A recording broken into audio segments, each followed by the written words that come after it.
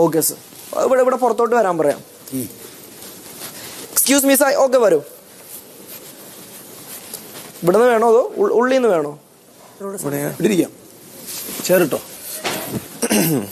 ഇവിടെ ഇരിക്കട്ടെ, ഇത് ഇരിക്കാൻ പറ്റും. ഇരിക്കാലോ, അപ്പൊ കുഴപ്പമില്ലല്ലോ. ജാക്കറ്റ് കഴിക്കാവോ? ഓ ജാക്കറ്റ് ഇരിക്കട്ടെ, എനിക്ക് കുഴപ്പമില്ല.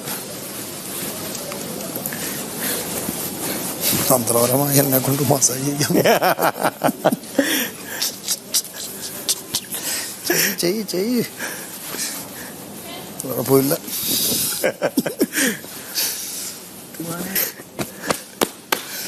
എന്റെ കൂട്ടാൻ വിളിച്ചിട്ടുണ്ടല്ലേ, കത്തിക്കേറിയാണല്ലേ മസാജ് ചെയ്യുന്നുള്ള കണ്ടന്റ് പുറത്ത് വിടാനുള്ള ബുദ്ധി.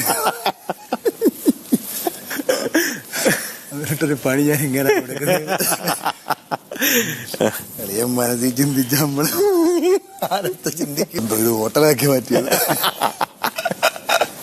നിങ്ങൾ ഇഷ്ടോട്ടോ, നമ്മള് വിമർശനങ്ങൾ ഉന്നയിക്കുന്ന ഞാൻ പറയുന്നത്.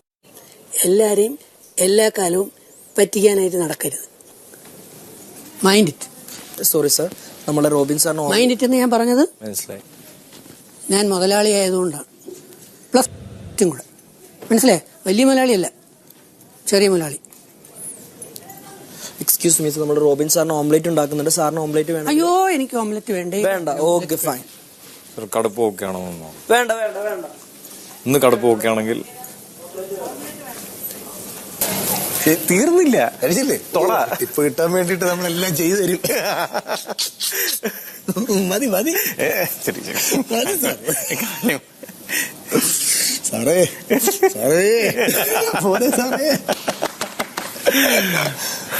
മുമ്പ് കിടക്കുകയാണ്. അതിലൊന്നും തൊടാതെ, അതിലൊന്നും കൈവയ്ക്കാതെ വളരെ ഡീസന്റ് ആയിട്ട്, നീറ്റായിട്ട്.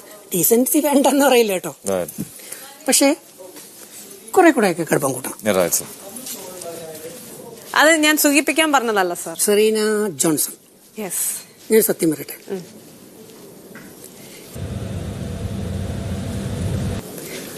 അത് നീ അനുസരിക്കുകയാണെങ്കിൽ നിന്നെ ഭൂമിയിലെ ജനതകളിൽ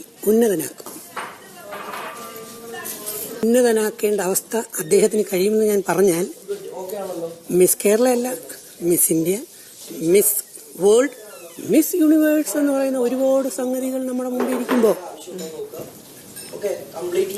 ഞങ്ങളെപ്പോലെയുള്ള ചെറിയ മുതലാളികളെ കുത്തുപാള എടുപ്പിക്കാൻ വേണ്ടി മറ്റ് ചില ഡ്രാമകളും മാസ്കുകളും നടത്തിക്കൊണ്ട് നടക്കുന്നത് മോശമാണോ?